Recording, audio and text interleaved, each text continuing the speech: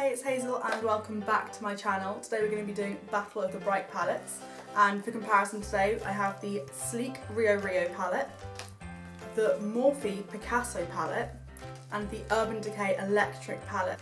And to test all these we're going to look at packaging and swatches both on and off eyeshadow primer, and that will be to look at the pigmentation and the texture of the products. So let's get started. This is the outer packaging for the Urban Decay Electric palette. Where there is colour, the packaging has a glossy finish, and where it is black, there is a matte finish. On the front, of course, you have the Urban Decay logo and the palette name. On the back, you have each shade again in a glossy finish with all of their names, and the rest of the packaging is in a matte black. The inner packaging has the same design but is glossy all over, and on the back there is a sticker label with some copyright information.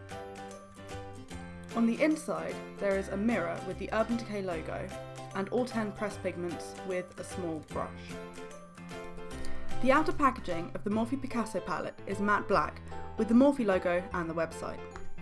On the back are the ingredients and the identification label printed directly onto the packaging. Inside, it comes wrapped in bubble wrap. The inner packaging has only the Morphe logo on the front, and on the inside of the packaging there is no mirror and there is only a small ID sticker on the back of the palette. Now onto the Sleek Rio Rio palette. The one I received does not look like the one advertised on Superdrug, but this is a Superdrug exclusive, and again the packaging is a matte black all over with information on the back including names and colours, so it's a bit more information than the others. And the inside packaging, it's matte with Sleek written in glossy, and the back again has a small bit of information printed directly onto the packaging. On the inside there is once again a mirror, and this includes an overlay with the colour names on it, and it comes with an applicator dual-sided for eyeshadow application. And again it comes with 12 colours including some neutral tones.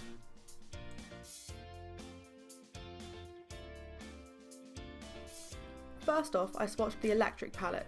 I did a line of eyeshadow primer at the top and bare skin at the bottom so you can see the contrast. I found these colours to be very highly pigmented, although the blue and the red were quite chalky in texture.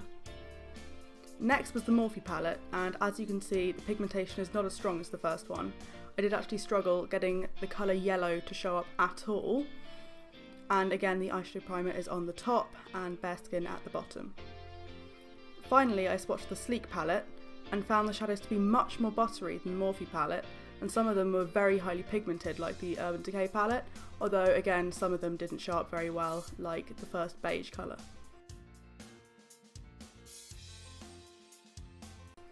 Overall, of course, the electric palette is the winner, but it is a pressed pigment and is much more expensive, being £38, whereas the Morphe palette is £11.70 and the Sleek palette is £8.99. But the electric palette had the best colour payoff and the nicest packaging. The Sleek palette comes in second because it had higher pigmentation than the Morphe palette and had much nicer packaging, coming with a brush and a mirror. And lastly, unfortunately, is the Morphe palette. I really wish I loved it, but it's chalky, the pigmentation isn't great, and the packaging does feel quite cheap. Of course, I think they're all great palettes, but the Sleek is definitely best value for money overall and is more readily available in the UK. That's my thoughts, and thank you for watching. And I'm going to be doing a part 2 to this video where I actually use the Morphe and the Sleek palettes on each of my eyes, and that'll be coming out next week, and after that video is out I'll put a link in the description. Thanks for watching, bye guys!